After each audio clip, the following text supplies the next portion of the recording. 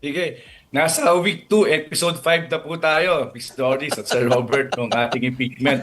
Talaga pong binabantayan po natin ito at meron po kaming, dahil episode 5 po tayo, meron po kaming 5 takeaways sa Bantay Senado na gusto po namin i-discuss sa ating mga mamayan, mga Opo. taga-pakinig ngayong umagang ito. No? Number one, syempre, yung issues of relevance and mga unnecessary statements ng depensa.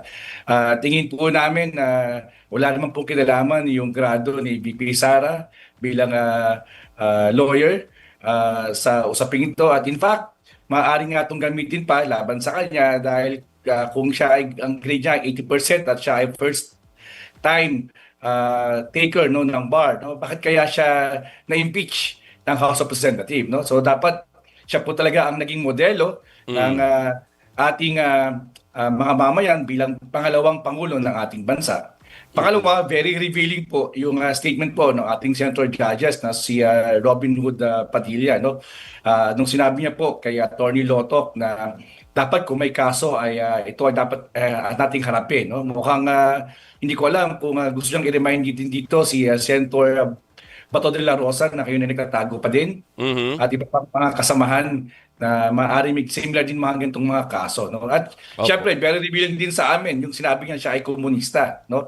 Samantalang pinupuri niya yung mga anti-communist policies ni former President Rodrigo Mm. Duterte at yung sabi niya nga rin nung naging uh, chairman daw no ng NTL ng National Task Force Against Local Communists, no, si Vice President Duterte na hindi naman kasi siya ay co-vice chairman dahil Mm. si Secretary Anyo at that time ang chair, no, at syempre ang co-chair pala, ang chair talaga nito ay yung ating pangulo. Mhm. So Mhm. pangatlo din, nakita rin namin syempre yung binalik yung Oplan Romanov, no, na sabi nga ni Usapin. Senator Raffy Tulfo, ito ay una nating narinig nung panahon nung sinabi ito ni Mayor Baste Duterte, no, in reference to the Marcos experience. So hindi natin alam bakit ito binanggit nung vlogger na si Pincers Maui doon sa isang press con nga kay VP Duterte. Unfortunately, hindi naman sila kipag-cooperate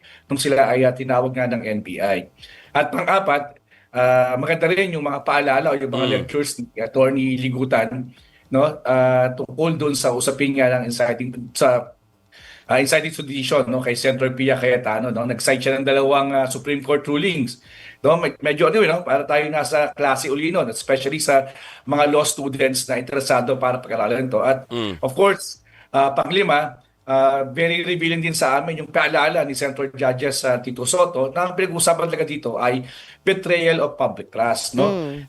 At ito ay impeachment court, hindi ito isang criminal court. So ang tanong ay fit pa ba ang ating Vice Presidente na mamuno sa kabila ng mga binanggit niya, yung kanyang mga naging pag-uugali at pag-aasal these past few Mm. years, no? At tandaan natin, no, sa ating konstitusyon, dalawa lamang ang binabanggit na impeachable officials na elected. Ito yung presidente at vice president. Kaya napakataas po ng responsibilitas, napakataas po ng inaatas ng ating konstitusyon sa dalawang pinakamataas Mm. nating pinuno ng ating bansa na ah, maging huwarang modelo at siguraduhin na sumusunod sa lahat ng mga sinasabi ng ating Opo. konstitusyon. Dr. Gary, bilang kayo po ay observer, ang grupo po ninyo, Bantay Senado, pag-usapan natin yung mismong court muna din. Yan. After na ilatag ni Dr. Gary yung mga points kanina, partner. Correct, correct. Doon tayo sa siguro demeanor, doon tayo sa manner Yan. kung paano kinakandak itong impeachment trial. In the last 2 weeks, Dr. Gary, your observation, syempre, sa presiding officer, Oo. yung observation ninyo sa mga senator, Senator judges, judges, doon sa oo. mga pagtatanong nila. Ano po masasabi nyo, Dr. Gary, dito? Well, Sir Robert, sinubukan po naming balikan yung mga past impeachment records, no? Lalo na yung Opo. pinaka-fresh dyan yung kay CJ Coroda nga, no? At napansin nga namin na compare with this proceedings, no? Very legalistic, no? At napaka-technical din talaga ng mga naging papatakbo nitong impeachment trial. Although, sabi nga po namin, nasa adjustment period pa rin po talaga naman yung ating impeachment court. Unfortunately nga lang, no, talagang nakakapagod. No? Kaya naiintindihan din namin talaga yung naging, for instance, yung naging diskarte o yung strategy nga ng prosecution na iatras na yung pagpapatawag nga kay Attorney Saraica Lopez, no?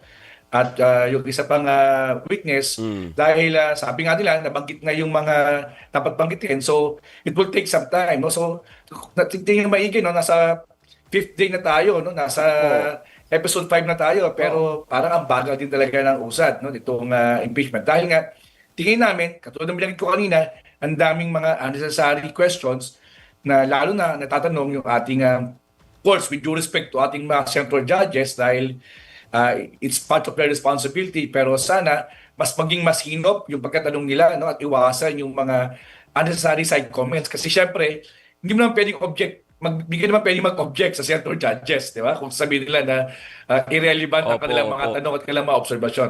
Hindi naman tama yun. No? Pero sana on their own, sa kanila din pong sarili ay mag-self-police din po sila. No? Magpatulong po sila sa kanilang mga legal staff. I'm sure marami po sila nan.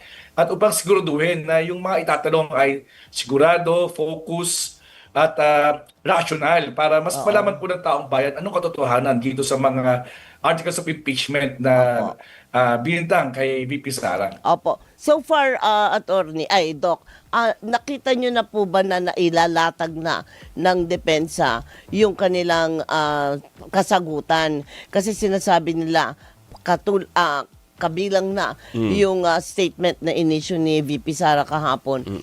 Puro kayo sinasabi ninyo, may threat. Wala naman kayong ebidensya na merong ang ganyan. So, At bakit? yung sabi, partner, di ba, yung statement na yon ng Vice President, ay tugon lang yon doon sa tanong during the press conference, Q&A. Hindi ito direktang sinabi sa Pangulo, sa First Lady at sa former Speaker. Yun ang banggit kahapon. Alam niyo po, kung ako ang nasa depensa ngayon, kung ako rin ay abogado, no, parang napakahirap din talaga naman ang ginagawa nila, no, para ipagtanggol yung ating Vice President at this point, lalo na kung ang ebidensya mismo ay galing mismo sa salita ng Vice President. Tandaan natin, no, ang pinanggalingan lang ng prosecution dito ay statements made by the Vice President, nothing else. Nothing more, no? Kaya hindi ito halimbawa isang kwento, halimbawa Doris or Robert, narinig mo nagsalita halimbawa si Alvin at Chico kanina ng mga inciting sedition at saka mo kwento sa amin. Hindi ito talagang tayo mismo ang nakarinig sa kanya no? At hindi naman ito isang beses, di ba? At may mga series of interview at hindi niya ito tinanggi. Kung ating tatandaan yun, di ba? Wala naman siya sinabi na, uy, hindi ko sinabi yan, ha? That's not the context, no? So, hindi isang beses, at kaya may pattern. Kaya sa defense, no? So, ang hirap patunayan kung nasa depensa tayo na walang sinabing ganitong statement at sasabihin na ito ay reaction lang. At pangalawa, sabi nga natin, ang hirap ihiwalay yung katauhan o yung personality ng Vice President kung siya ay, sabi nga, kung nanay, kung siya ay magulang or kapatid, no? Kasi at the end of the day, you are a sitting elected Vice President. Therefore, the people expected you to adhere and follow the Constitution faithfully. Kaya yung betrayal of public trust, ibig sabihin po niyan ay nililitis ngayon sa impeachment court kung may betrayal nga po talaga dahil sa mga gawain at aksyon at sinabi ng ating Vice Presidente, no, sangayon sa nakasaad po sa ating konstitusyon. At ito po ay binanggit hindi lang isang beses kundi may mga series of mga statements na nangyari po.